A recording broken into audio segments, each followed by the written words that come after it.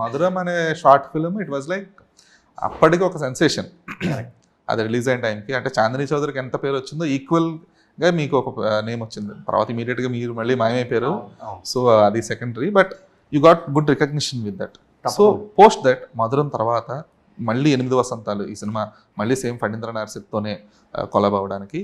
So the core reason ఏంటి? At the same time what is the thing that excited you in that film? దీనికి ఆనెస్ట్గా చెప్పాలంటే reason ఏం లేదండి. ఎందుకంటే ఫణీంద్ర గారు నన్ను పిలిస్తే అసలు నేను ఏ క్వశ్చన్ అడగను. రోల్ ఏంటి, సీన్లు ఎన్ని ఉన్నాయి అని కూడా నేను అడగను. స్టోరీ ఏంటని కూడా నేను అడగను. ఫణీంద్ర నన్ను పిలవడమే ఒక రీజన్. అదే one and only reason, right?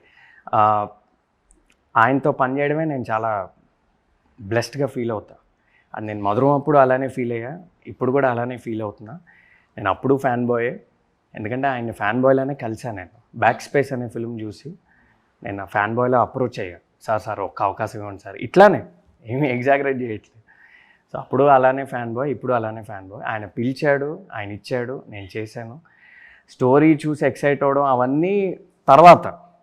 ఎందుకంటే నువ్వు చేస్తావంటే బాబు మీరు ఏమి ఇచ్చినా నేను చేస్తాను, నాకేం చెప్పకండి, you know best, you know me.